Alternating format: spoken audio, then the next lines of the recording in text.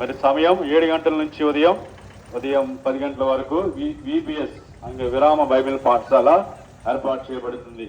కావున మీ పిల్లలను మరి యవనస్తులను విరామ బైబిల్ పాఠశాల విబిఎస్ పంపించాలని ప్రభు పేరున మనవి చేస్తున్నాం.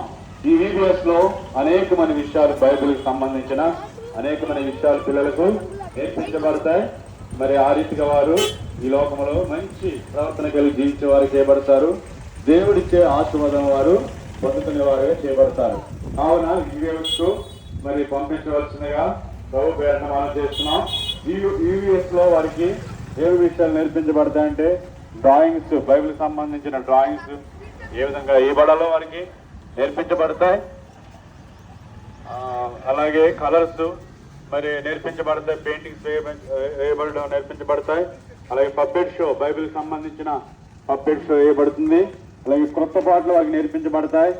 చక్కటి పటములతో బైబిల్ కథలు వారికి వినిపించబడతాయి. అలాగే అనేకమైన సంగతులు వారికి నేర్పించి బైబిల్లో సంగతులన్నీ కూడా వారికి నేర్పించటకు మరి విరామ బైబిల్ పాఠశాల ఏర్పాటు చేయబడుతూ వచ్చింది.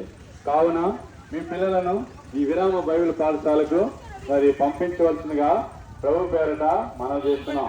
కాబట్టి పిల్లలకి ఆ దినాల్లో మరి ఏప్రిల్ 24 నుంచి మరి సెలవుల దినాలు ప్రకటించబడతాయి కనుక దాన్ని మరి ఆసరా చేసుకుని మీ బిడ్డలకు చక్కటి మార్గాల్లో నడిపించడం కొరకే విరామ బైబిల్ పాఠశాలను మరి నిర్వహించబడుతుంది. కావున మరి నూతన ఎస్లేం ప్రార్థనా మందిరంలో జరిగే ఈ విరామ బైబిల్ పాఠశాలలో మరి పంపించి వారు మరి ఈ లోకంలో భౌతికంగాను ఆత్మీయంగా ఆస్వాదించబడుటకు వారికి ఈ చక్కటి అవకాశాన్ని వినియోగించడానికి మీ బిడ్డలను యవనస్తులను పంపాలని ప్రేమతో ఆహ్వానిస్తున్నారు. కావున దేని వాక్యం ఈ రీతిగా సెలవిస్తుంది.